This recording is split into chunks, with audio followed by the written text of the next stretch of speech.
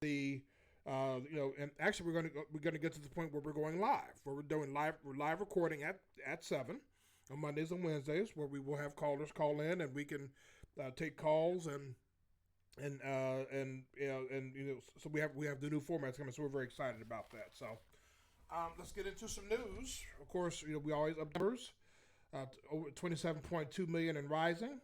The good news here, we have some sort of good news, bad news with the COVID numbers here, is the 7-day average is down to about 108. This tick over 108,000. Yesterday there were 94,000.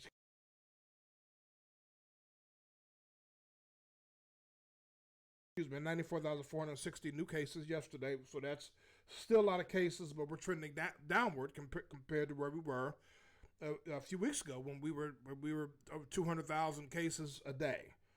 The bad news is deaths. We're at 468,000 rising. I had over 3,100 deaths, almost 3,200 deaths yesterday. That's still high. Some states are starting to lift restrictions. I think in California and other states, and I think in New York, kids going back to school. I don't understand how kids. I know it's difficult for kids being out of school in terms of missing their friends and in person learning. I just don't know how you do that without the vaccines, without the teachers being required to be vaccinated first. Majority of them, I don't get it. I do not. I need to understand why they're pushing that so much. Okay, so I don't get that. I'm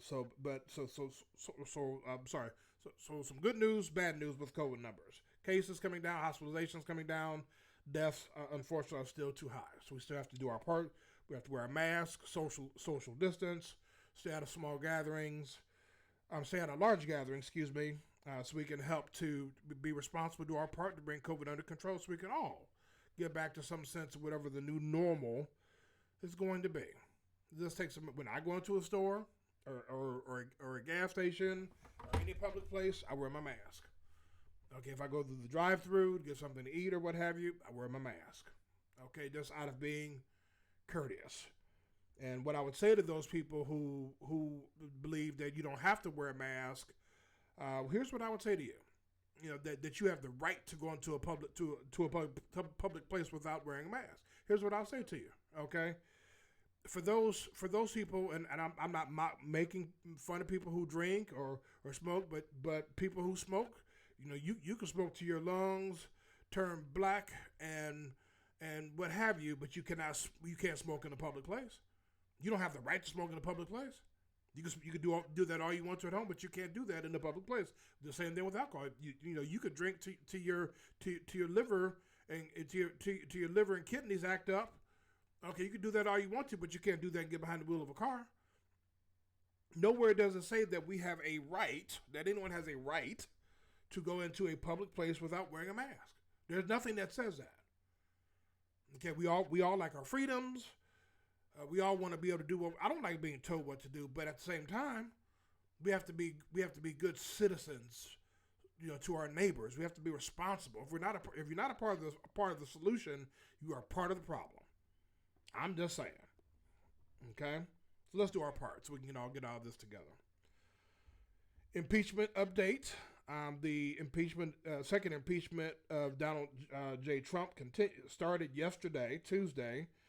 And I have to tell you, I watched very little of this, but from what I'm reading and the updates that I was getting, the House impeachment attorneys did amazingly well. I mean, the video they showed, I did watch part of the video.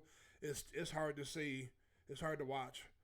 But they laid out step by step the opening stage of the trial, which was the constitutionality of whether or not it's constitutional. And the point they made is, should a president, okay, the action that Donald Trump had towards the end of his presidency, if he would have taken that action, exhibited those actions in his first year, second year, or third year, they're impeachable offenses. You cannot go in the latter parts of a president's term, cause chaos, and then be out of office, and then your term ends, and then not be held accountable. That's factually inaccurate. Okay, Trump's attorneys, on the other hand, did miserably. As a matter of fact, they were so impressed with how the House attorneys, how the House impeachment managers did, they changed their strategy. Isn't that something? Okay, apparently the reports are Trump was furious with his legal team. Now remember, his first legal team for the second impeachment quit a short time ago. So these two attorneys that have come on, okay, are, first of all, they're litigators. They're not constitutional attorneys. So they're in over their heads, and they've not had this case long enough to really be up to speed. But you know what? Well, I don't know if any of that will matter anyway, because it seems like a lot of these Republicans, majority of the Republicans, have their mind made up that they don't want to hear the facts. They've already decided for political reasons to acquit Donald Trump when they know he's guilty. Because the truth of the matter is, if this was a Democratic president, the Republicans will be singing the opposite tune. And unfortunately, some Democrats will be doing the opposite as well. So I can't let the Democrats off the hook either. It's awful. Watching that video, seeing the police officers being beaten, my heart goes out, to the police, to the folks who lost their lives. The Capitol Police that were protecting our Capitol. It was hard to see a Confederate flag in the Capitol Rotunda. Trump is guilty of inciting an insurrection. Anyone who wants to be honest, not alternative fact this, but be honest, has to know, with all the evidence out there of everything he said lying for months after the election, that he lost by more than 7 million votes. Okay, the constant messaging about the election was stolen. And in fact, his first election team, impeachment team from a few weeks ago quit because they refused to go on there and say that the election was stolen. And they were concerned that Donald Trump wouldn't pay him. And these attorneys better be careful. They better start doing better, or they won't get paid. They'll be donating their time. I hope they got paid up front. I'm just saying. That case continued today. As it goes into now the actual impeachment part of the trial. Only six GOP senators voted with all 50 Democrats that it is constitutional to have an impeachment trial for a president who is out of office. Matter of fact, the House managers on the Democratic side did so well that Senator Cassidy out of Louisiana was going to vote that it was unconstitutional to have an impeachment trial after Trump was out of office. But the House impeachment managers did so well, and Trump's attorneys did so miserably, they changed his mind and voted that it was constitutional. It was that bad. So it is expected to continue to go through next week sometime is what they're saying. Unless witnesses are called, then it could take longer. So that continues. We will see what happens there. As we go on to more news, and please stay tuned. We have our Black History person, Black History person that we want to talk about. A fascinating woman that was the first to do a lot of things. Okay, so that's coming up shortly. So please stay tuned. So in other news, Dominion Voting Systems, the parent company, is suing members of Fox News. And by the way, Fox News' ratings is down double digits. They're now third behind CNN and MSNBC. Glad to see that, because they were part of this conspiracy also. Suing some Fox News hosts, Rudy Giuliani and Sidney Powell. And if Rudy Giuliani was sweating hair dye before, his whole face will be covered with hair dye, because he'll be sweating out all this hair dye to the tune of $2.7 billion with a B dollars. Okay, these people conspired. They spread. Some are still spreading. The MyPillow guy, I don't know what his problem is. He's still spreading false claims. He came out with some sort of documentary that YouTube promptly removed. Okay, these people are guilty of claiming the election was stolen and that Dominion's voting systems change votes to favor President Joe Biden. And now they're being sued. Now, you're not hearing any of these people say anything. Matter of fact, Sidney Powell, the former attorney for Donald Trump, they can't find her to serve her. She didn't went into hiding. So it's interesting, okay? When you're out there spouting all this, oh, the election was stolen, oh, the voting machines were changing the votes, and we could get you off the television screen. But now when it's time to pay the bill for those lies that you spread, you want to go run and hide like the cowards you are. If you really believe that those votes were changed for President Biden's total, then you should stand behind what you said. That should be proof that these people were lying.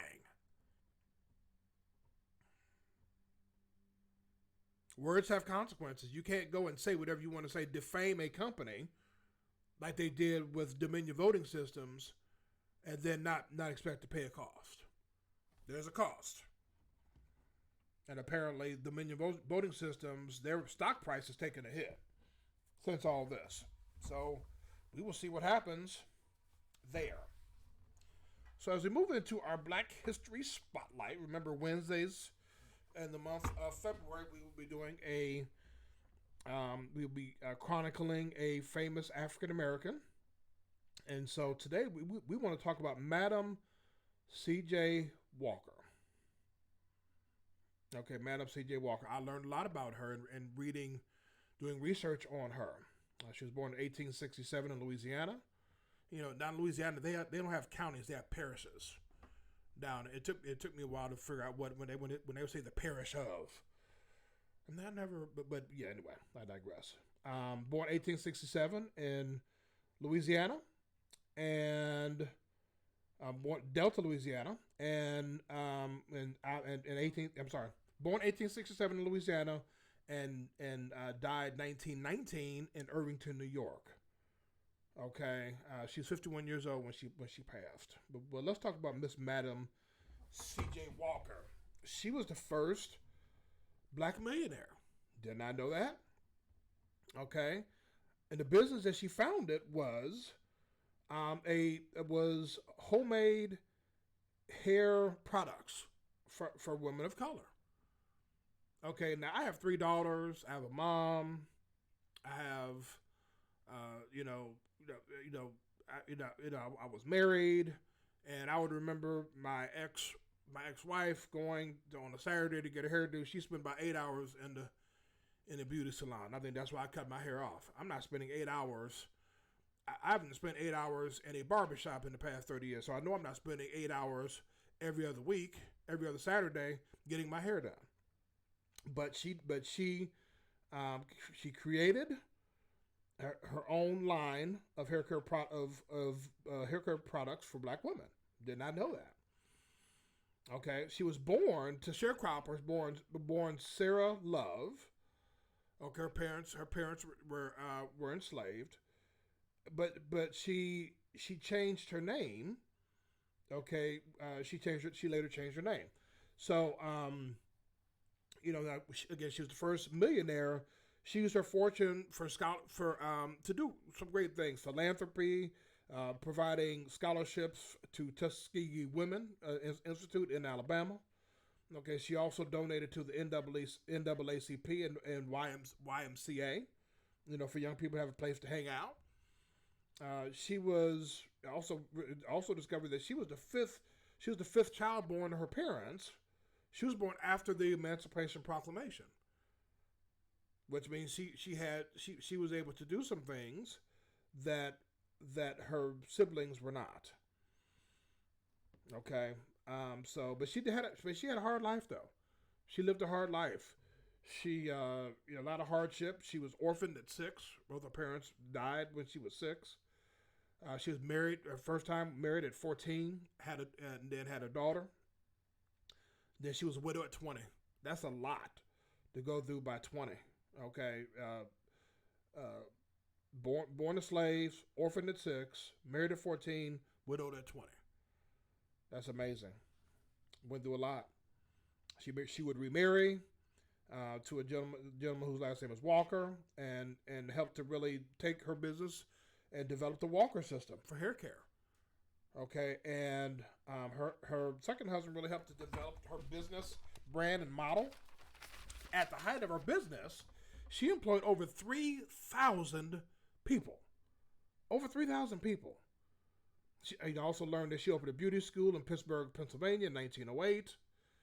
Okay, she moved her business headquarters to Indianapolis because she migrated north during the Great Migration back in those days. Back then it was African Americans migrating north. Now today they're migrating back to the south. I was one of them. She obviously was born in a very modest home in Louisiana, but because of her fortune, had a very nice Manhattan home. That's one of the most expensive places to live, is in Manhattan. As a matter of fact, her Manhattan home was so nice, it became a salon for the Harlem Renaissance. Okay, amazing. Okay, those are some pretty posh people. Okay, so she was known for her business acumen and her philanthropy. And with all that she accomplished, she lost her life early at the age of 51 to hypertension. So that's fascinating. She was a trailblazer.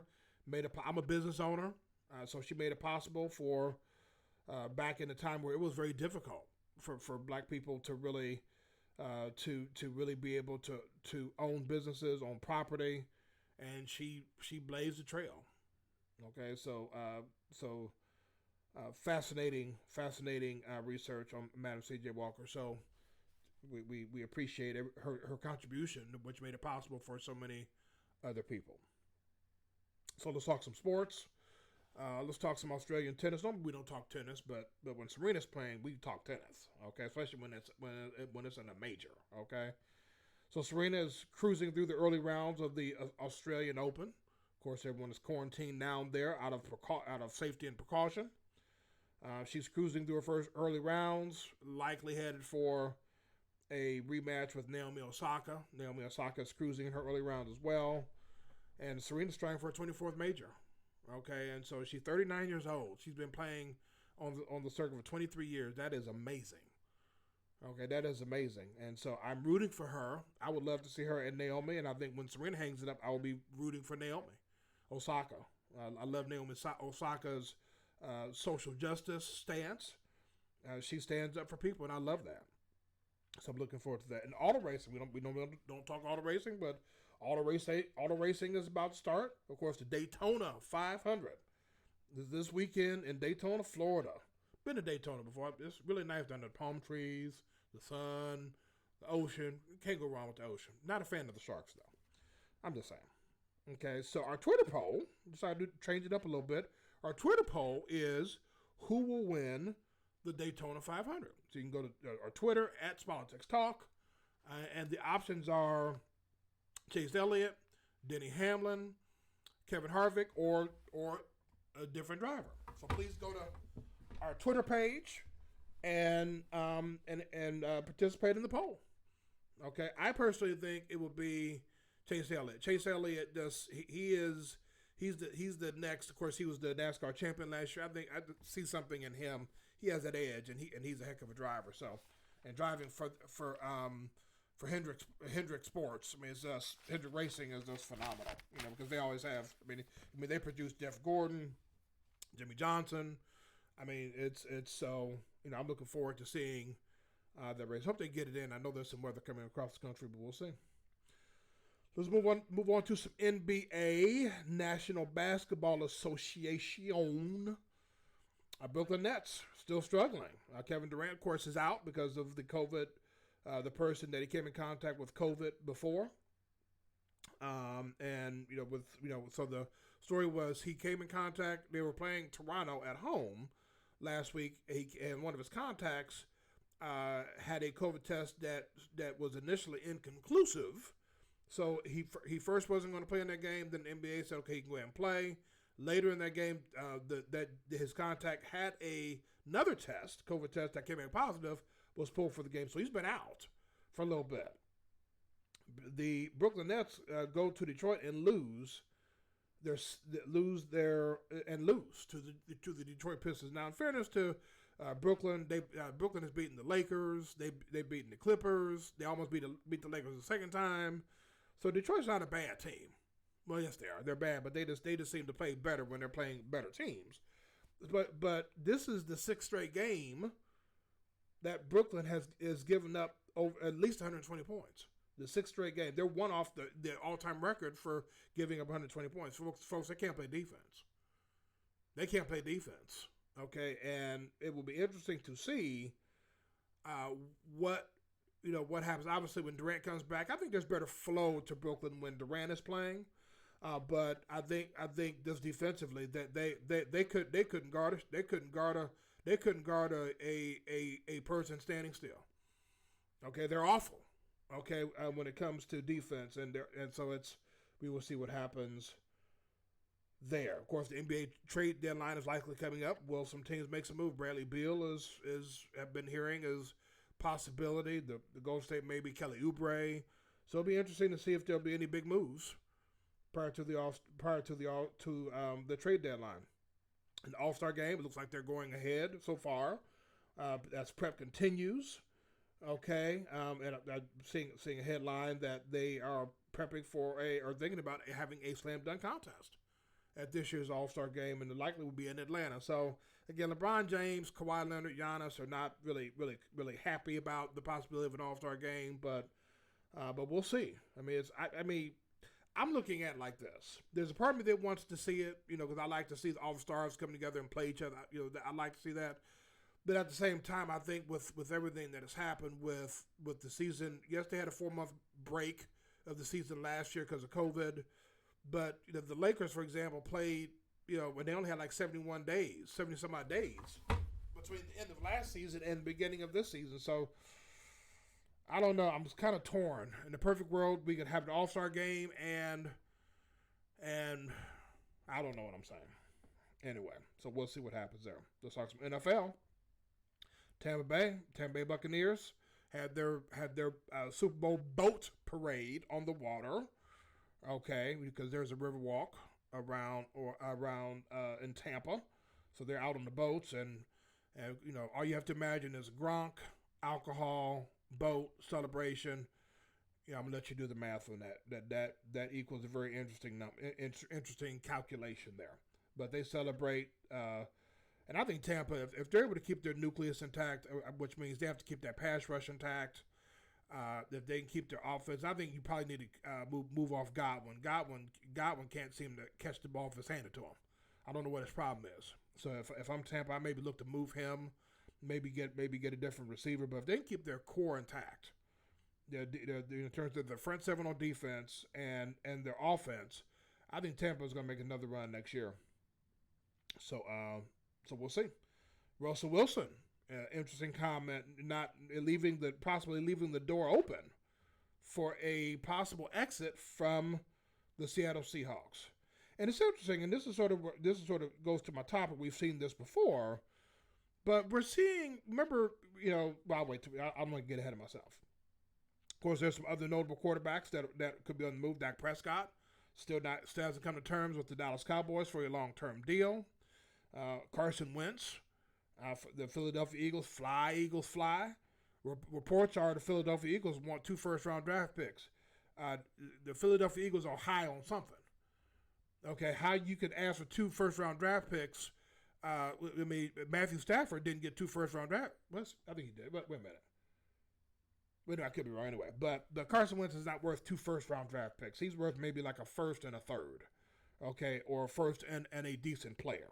Okay, and then Deshaun Watson, of course. Deshaun Watson is worth at least 2 first-round draft picks, if not 3. Okay, so we'll see. So, and I'm going to get to more of that here. We've seen this before, but also we're seeing some trends here that we want to talk about at the intersection. So let's go there now. Again, our website, we're at politicstalk.com. You can reach me at Eric at politicstalk.com. So you go to our website. We have our blog is on there that we do every Thursday. And you have lots of information on our website. So it's smalltixtalk.com. You can email me any comments, questions at eric@smalltixtalk.com. We are on social media: Twitter, Instagram, Facebook. We put an Instagram poll up every show, about sports.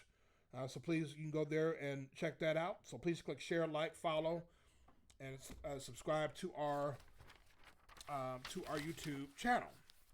So again, the subject we're talking about is we've seen this before. Okay, in politics, we've seen this with impeachment. Whether it was Bill Clinton, I did not have an affair with that woman. Remember that famous line from Bill Clinton? And then now with Donald Trump, now part 2.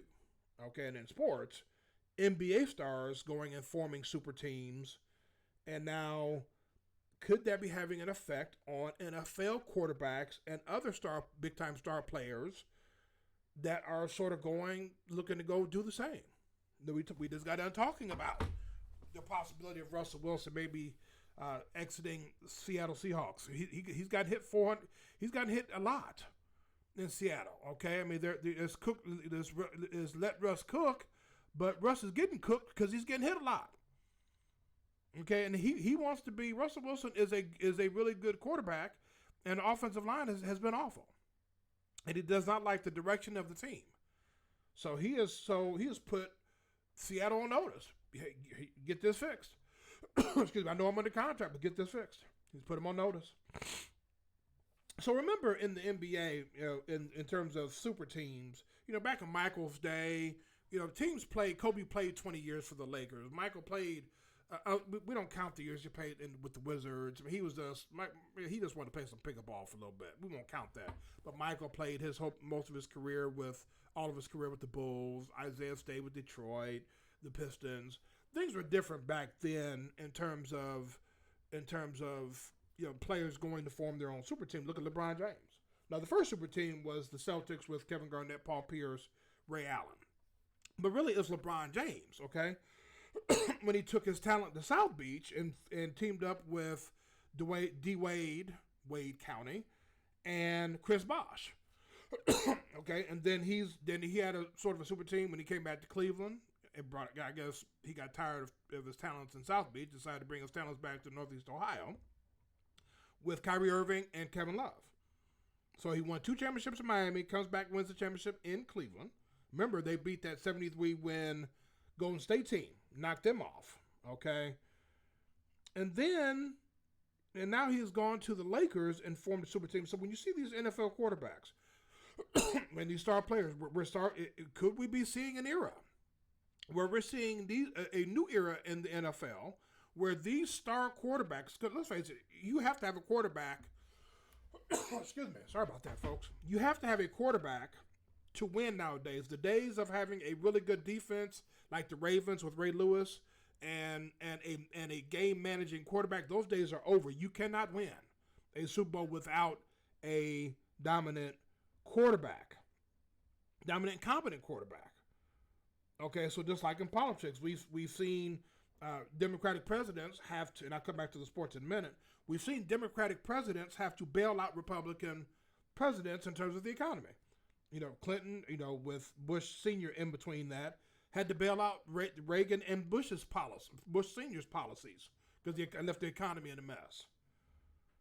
Although Reagan did help to break up the Soviet Union. We'll sort of give him credit for that, but left the U.S. economy in tatters. Bush Jr., George W. Bush, it took President Obama, to come in and clean up his mess.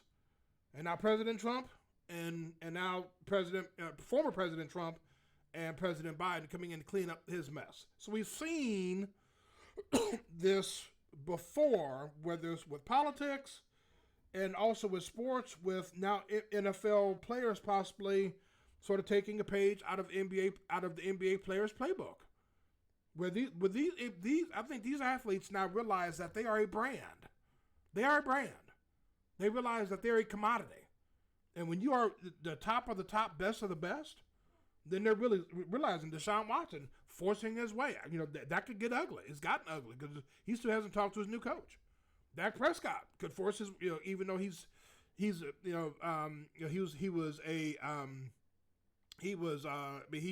not under contract. Now they can offer him they can franchise tag him, but he can move on. Of course, Matthew Stafford left Detroit to go and join up in L.A.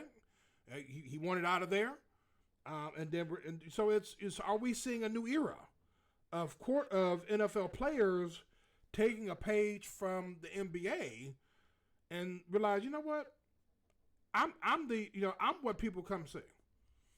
Let's say we're not going to a football game to watch the offensive line play.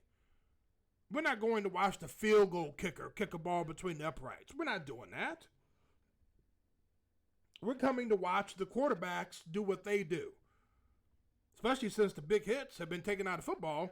But basically they're playing touch football or flag football. We're coming to see the quarterbacks. We're coming to see Mahomes do what he does. Aaron Rodgers, okay, Big Ben back in the day, Deshaun Watson. We're coming to see those guys and those receivers like Tyreek Hill, Julio Jones. We're coming to see the playmakers do what they do. So we will have to see if the NFL is headed in the same direction as the NBA in terms of these super teams or quarterbacks going and forcing their way to teams that are already ready to win. So we will see as we prepare to wrap up. With our humanity, I just have a simple challenge. For our humanity. Of course, our slogan is sports, politics, humanity. Okay, and we try to connect sports to politics in terms of a theme for a show. So simply, my challenge is kindness. When you go through the drive-through, pay it forward to someone. Okay, pay it forward when you're in the drive-through and somebody's in front of you and somebody's behind you. Pay for their meal. Pay for their meal and be a blessing to them, and then or figure out some other kind of way to be kind to someone. Okay, we've seen this before. We have not seen an era like COVID before. Now, there's an area in downtown Charlotte where it's called the Tent City, where homeless people sleep out there. I mean, there are many tents out there with. I pray for those homeless people all the time. It doesn't take a lot, and I could do better at this as well. Let's just be kind to people. Let's offer to help. Let's say kind things. Let's pray. Let's seek to be a part of the solutions of our society, and not part of the problems. I accept that challenge. Will you join me? So as we wrap up, remember again, our website is politicstalk.com. And excuse me, I apologize for the cough. A little dry cough came out of nowhere. I apologize, folks. You can reach me on my email or at my email, eric@politicstalk.com. Again, we're on social media, Twitter, Instagram, Facebook. Please click, share, like, follow. Tell some people about us. Okay, again, we just have fun here, and occasionally I get animated when I'm talking about something that's very passionate to me. But this is safe for children. Okay, so please click, share, like, follow. Go back to listen to all of our messages when you go to our YouTube channel at Politics Space Talk.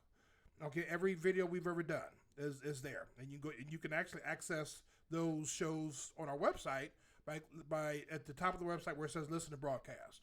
You can click on that; it'll take you to every show we've ever done. So we thank you for joining us. Okay, and with this weather coming in, please be safe. Again, if you're going out to shovel, if there's a lot of snow, please be careful. Please be careful. Okay.